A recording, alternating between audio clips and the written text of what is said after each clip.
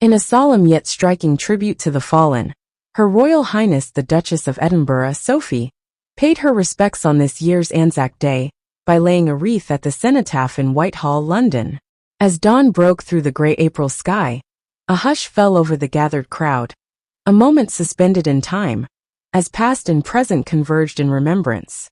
Anzac Day, commemorated each year on April 25th, marks the anniversary of the Gallipoli landings in 1915.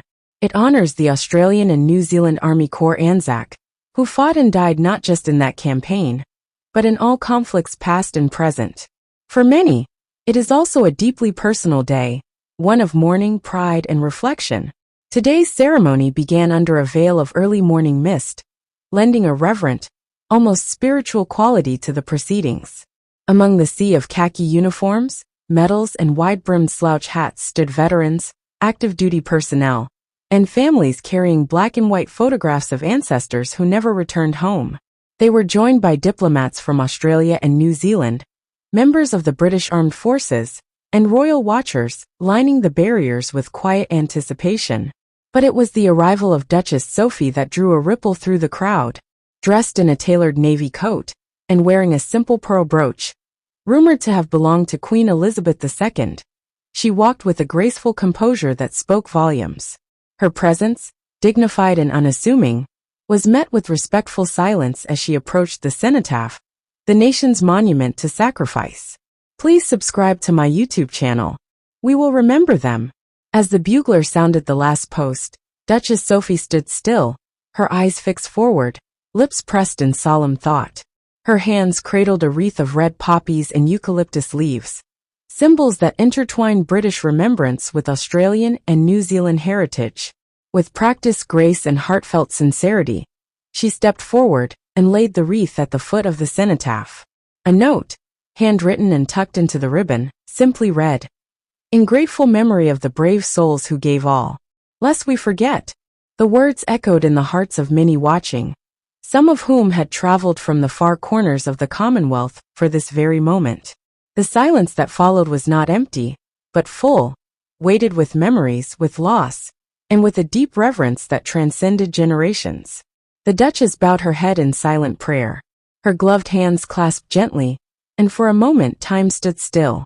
The London traffic, the hum of city life, all seemed to retreat into the background as the collective memory of sacrifice took center stage. A role of renewed responsibility. In recent years, Duchess Sophie has emerged as a steady and compassionate figure within the royal family, especially following the passing of Queen Elizabeth II and the transition of King Charles III's reign. Her growing portfolio of engagements has seen her step into a more visible role, often one marked by sincerity, empathy, and a strong connection with veterans and families. Today's wreath-laying wasn't just ceremonial. It was a continuation of a personal commitment she has made to support the armed forces and commemorate the lives of those lost in war. As the patron of several military charities, including the Royal British Legion and the Army Families Federation, Sophie has made it her mission to champion the quiet voices of service personnel and their loved ones. Her participation today marked the first time she led the royal representation on Anzac Day, a role traditionally held by other senior royals. But it seemed only fitting. Her late father-in-law, Prince Philip, served in the Royal Navy during World War II, and her husband, Prince Edward, is also closely associated with military charities. In many ways, Duchess Sophie's increasing visibility symbolizes a bridge between tradition and transformation. Her appearance today spoke not only to remembrance, but to renewal, a reminder that the torch of memory must be passed on, carried forward and tended with care. Stories that must be told. As the ceremony continued, veterans shared stories quietly among themselves, some aloud, others through welling eyes and trembling hands. One elderly man, wearing a slouch hat from the Second World War, whispered the name of a friend lost in New Guinea. Nearby, a young officer from New Zealand stood at attention, his face composed, yet pale with emotion. Please subscribe to my YouTube channel. For them, for all of us, the Duchess's gesture was more than symbolic. It was recognition. It was connection. It was a silent promise that those who served, those who fell, would not be forgotten. After the wreath laying, the Duchess spent time speaking with veterans and their families. Her conversations were not rushed. She listened intently, often touching a hand or leaning in to catch every word. To a widow from Perth, she offered words of comfort. To a child carrying her great-grandfather's photograph, she knelt down and asked, "Did he like cricket?" eliciting a shy nod and a rare smile. These moments didn't make the headlines, but they were the heartbeat of the day.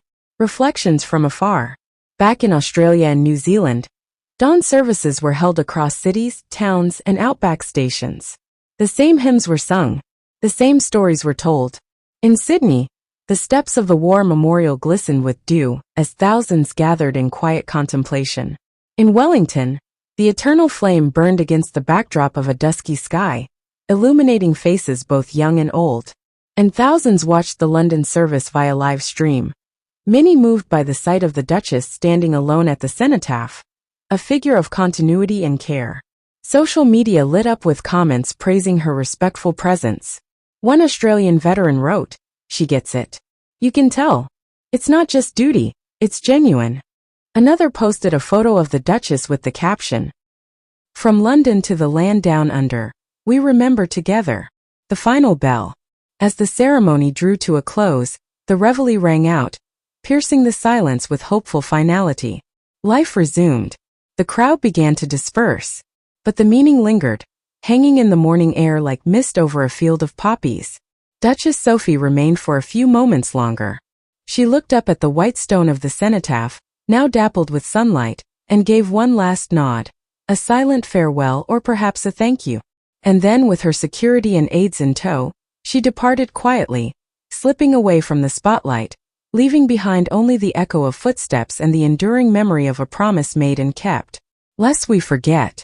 In an era marked by change, uncertainty, and shifting roles within the monarchy, Duchess Sophie's appearance today was more than a ceremonial engagement. It was a symbol of steadiness, empathy, and remembrance, a gentle affirmation that while times evolve, the responsibility to honor the fallen remains constant. The stories of Anzac Day, the bravery, the loss, the unity are not relics. They are living legacies. And in laying that wreath, Sophie did more than pay tribute. She carried that legacy forward, one step, one petal, one whispered name at a time. And as the day fades into evening, the words ring out once more, from London to the lands beyond. At the going down of the sun and in the morning, we will remember them. Subscribe the channel to get such videos.